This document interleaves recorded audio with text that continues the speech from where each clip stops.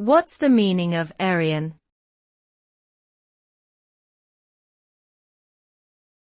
Arian.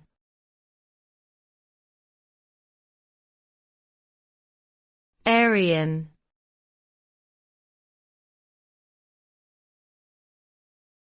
Arian.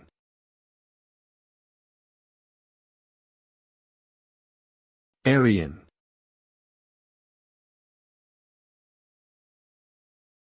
The suffix arian is used to create nouns that denote a person who adheres to or advocates for a particular belief, practice, or lifestyle.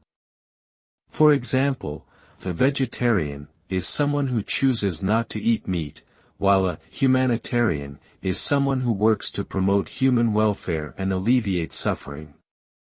Other examples include egalitarian, authoritarian, libertarian, and utilitarian.